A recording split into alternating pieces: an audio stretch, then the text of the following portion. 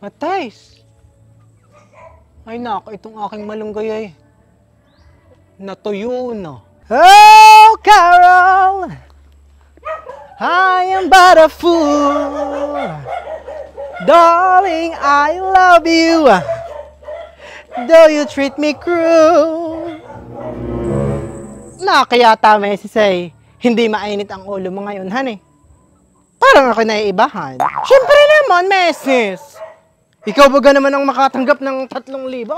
Galing kay Mark Edberga? Tapos, Mesis, ako kinamayan. Nakakakilig. Katarayan mo. Ay, gikapahan eh. Malakas ka talaga kay Kagawad. At tuwing may paayuda, ay hindi nakakalimutan ang iyong pangalan. Pero may unang-una sa listahan. Tsaka FYI, yung binigay sa iyong 3,000 hindi galing kay Mark Edberga, yung ipinadaan lang sa kanya. Hindi mo ba alam yung programa ng DSWD? Yung AX, Assistance for Individuals in Crisis Situation. Husto ka lang sa pila sa paghingi ng ayuda. Hindi mo naman alam kung ano yung binibigay sa iyo. Pahina-hina ka, Tana, May. Ang sabihin mo'y malandi ka at pati ang si Kagawad ay pinapatos mo. Ano? Ano sabi mo? Ang sinasabi ko ay ang si Kagawad. Akala na ibubuto ko pa sa eleksyon? Ha? Muta niya. Hindi naman siguro lingid sa kaalaman niya na ako'y ganayon lang ang gawa Isang labandira. Kasi ako hindi niya ililista. Diyan sa mga makakatanggap ng financial assistance.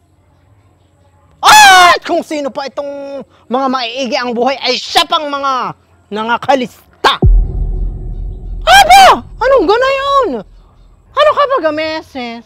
Talagang hindi na isinasali sa listahan kapag ka ang mga bahay ay kuwan, may gate.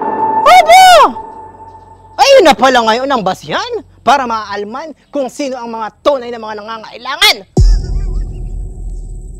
Ay pala nagpalagay ng kawayang gate na ang bisagray lubid ay nakakaluag-luag na sa buhay. Aba! At tingnan mo nga yung aking bahay At may 3 gulong sa bubong. At baka yung mga yearly pa rin ang hangin.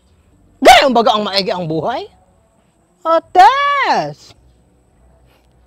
Mas maigi pa nga ang buhay mo sa akin. Kaya labis-labis ang aking pagtatakat. Abo, nabigyan ka ng 3,000, honey. Huwag mo na nga ang kinay-question, Meses, itong natanggap kong financial assistance, Kung ikay naghihimutok at ikay hindi nabigyan, ay pumunta ka doon sa ating barangay. At doon ka magreklamo. Hindi na! Hindi na kailangan! Ako hindi magmamakaawa din sa mga opisyalis ng barangay na ayan. Ipapangampanya ko na lang sila sa eleksyon. Huwag nang iboto yung si Kagawad. Tapos ay di bagat may utang ka sa aking 5,000? Amin na yung 3,000 ang natanggap mo. Isulong mo na sa akin at ng 2,000 na lang ang singilin ko sa iyo.